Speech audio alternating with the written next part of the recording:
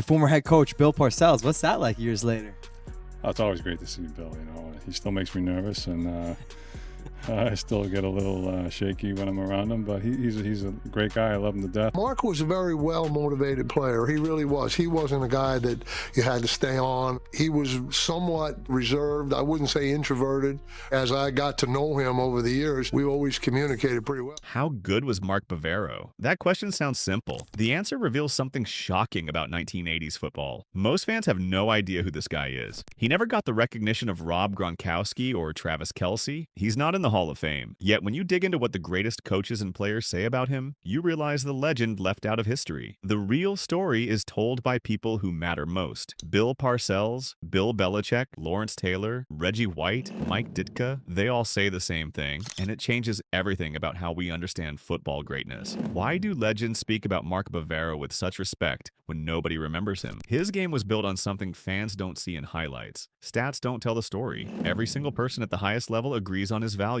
Not one legend disagrees. Not one coach hedges. If you love old school football and want to hear what the toughest people in NFL history think about toughness, hit the hype button and give this video some love. This is the story that deserves to be told and heard by every football fan who cares about real toughness. Bill Parcells built the New York Giants dynasty. He was called the Big Tuna. Parcells did not hand out compliments. He broke players down to see what they were made of, then rebuilt them. His roster in the 1980s had some of the hardest men who ever played. Lawrence Taylor, Harry Carson, Carl Banks, Phil Simms. These were killers. For Parcells to single out one player as the toughest means something profound. Parcells called Mark Bavaro the toughest player he ever coached. What does tough mean to Parcells? Not just taking a hit. Tough meant performing at the highest level under extreme pain. Tough meant never complaining. Tough meant doing your job when your body wanted to quit. Bavaro earned the nickname Stoneface. Parcells gave it as a badge of honor. In an era when players celebrated with sack dances and choreography, Bavaro caught the ball, punished the defender, and returned to the huddle. Emotionless, silent, violent. Parcells loved that because he could not read Bavaro's feelings. The opposition could not either. Bavaro was a constant variable. The proof of Bavaro's toughness came in 1986. He broke his jaw against the New Orleans Saints. Not a small break. His jaw was fractured so badly it had to be wired shut. In modern football, that means surgery, weeks on injured reserve, and rehabilitation. Bavaro missed one game. One. Then he came back and played with his mouth literally wired shut. Think about what that means. He could not chew food. For 6 weeks, he sipped liquid meals through a straw to keep his playing weight at 245 pounds. That weight was necessary to block 280-pound defensive ends. His body was breaking down from calorie deficit. He was breathing through gaps in his teeth, and he was hitting people with his helmet and face mask. During the timeline around the injury, Bavaro had one of his best games. 7 catches for 110 yards. His production did not drop. His teammates watched their quietest player literally unable to eat or talk, still showing up ready to commit violent contact. That broke the team's will to complain about anything. If Bavaro played like that, what excuses did anyone else have? This is how culture spreads. Not through speeches, through silent, stone-faced dominance. Parcells noticed something special about Bavaro from the start. Bavaro was drafted in the 4th round in 1985 out of Notre Dame. He was supposed to be a blocker. The Giants had a starting tight end in Zeke Mowat, but Mowat got injured before the 1985 season. Parcells had to look at the rookie. What he saw amazed him. Parcells said Bavaro was so impressive during training camp that he had no reservations about making him the starting tight end immediately. Parcells did not trust rookies. He benched them for small mistakes, but Bavaro arrived as a fully formed professional. He caught 37 passes for 511 yards and 4 touchdowns his rookie year. Then he exploded against the Bengals with 12 catches for 175 yards.